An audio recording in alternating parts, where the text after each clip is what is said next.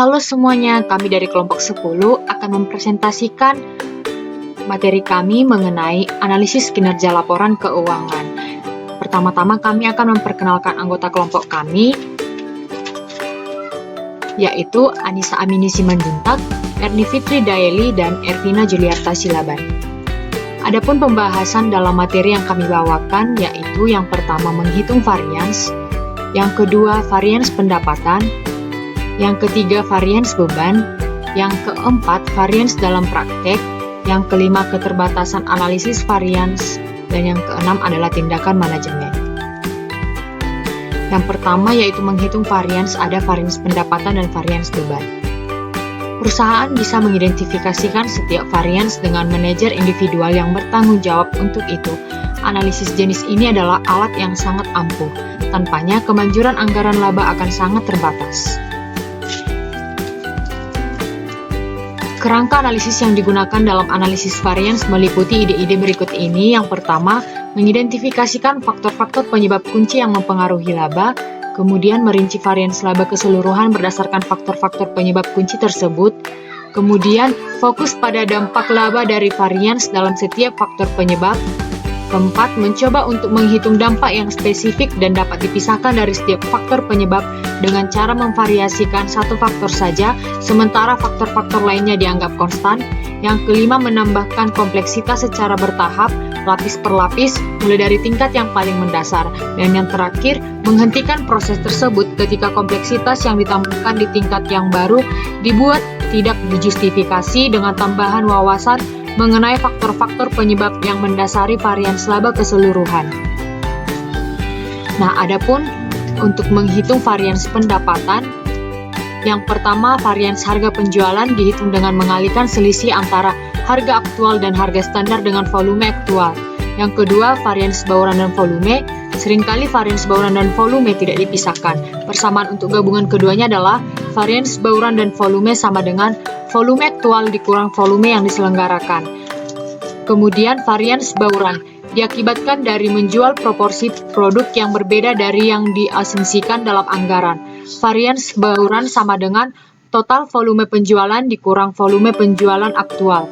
Yang keempat ada varians volume. Dapat dihitung dengan cara mengurangkan varians bauran dari gabungan antara varians bauran dan varians volume. Rumusnya yaitu varians volume sama dengan total volume penjualan aktual dikurang penjualan yang dianggarkan. Kemudian analisis pendapatan lainnya. Varians pendapatan dapat dibagi-bagi lebih lanjut. Dalam kasus ini menyediakan informasi yang dibutuhkan untuk mengklasifikasikannya per produk. Kemudian ada penetrasi pasar dan volume industri. Salah satu perluasan dari analisis laba adalah untuk memisahkan varians bauran dan volume menjadi jumlah yang disebabkan oleh perbedaan dalam pangsa pasar dan jumlah yang disebabkan oleh perbedaan dalam volume produksi. Rumusnya varians pangsa pasar ini yaitu penjualan aktual dikurang dengan volume industri. Nah, selanjutnya ada varians beban. Yang pertama itu biaya tetap. Varians antara biaya tetap aktual dengan yang dianggarkan didapat dari pengurangan, karena biaya-biaya ini tidak dipengaruhi baik oleh volume penjualan maupun volume produksi. Kemudian biaya variabel adalah biaya yang bervariasi secara langsung dan proporsional dengan volume. Biasanya biaya produksi variabel yang dianggarkan harus disesuaikan dengan volume produksi aktual. Kemudian ada varians dalam praktek. Yang pertama itu adalah periode waktu dari perbandingan. Yang kedua, fokus pada margin kotor. Yang ketiga, standar evaluasi. Yang keempat, keterbatasan standar. Dan yang kelima adalah sistem biaya penuh. Adapun keterbatasan analisis varians, keterbatasan yang paling penting adalah bahwa walaupun analisis ini mengidentifikasikan di mana varians terjadi, tetapi tidak mengatakan mengapa varians ini terjadi atau apa yang dilakukan mengenainya. Misalnya, laporan tersebut mungkin saja menunjukkan adanya varians signifikan yang tidak menguntungkan dalam beban pemasaran dan mungkin saja mengidentifikasikan varians ini dengan beban promosi penjualan yang tinggi. Tetapi, laporan tersebut tidak menjelaskan mengapa beban promosi penjualan tinggi dan apa jika ada tindakan yang sedang dilakukan. Penjelasan naratif yang melengkapi laporan kinerja seharusnya memberikan penjelasan semacam itu. Masalah kedua dalam analisis varians adalah menentukan apakah suatu varians adalah signifikan. Keterbatasan ketiga dari analisis varians adalah bahwa ketika laporan kinerja menjadi lebih teragregasi, varians yang saling meniadakan dapat menyesatkan pembacanya. Adapun tindakan manajemen, ada satu prinsip utama dalam menganalisis laporan keuangan formal. Laporan laba bulanan sebaiknya tidak berisi hal-hal yang tak terduga. Informasi yang signifikan harus dikomunikasikan secepatnya melalui telepon, faks, email, atau pertemuan pribadi segera setelah hal itu diketahui.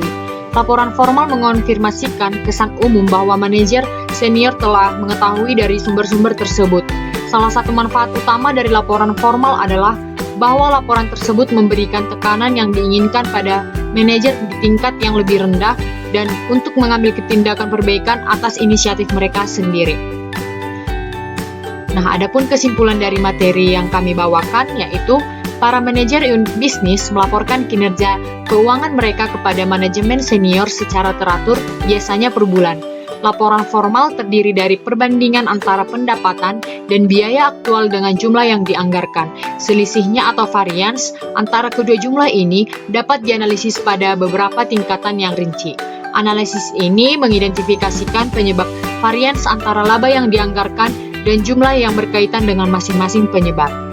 Baiklah, demikian presentasi materi kami. Terima kasih atas perhatiannya. Salam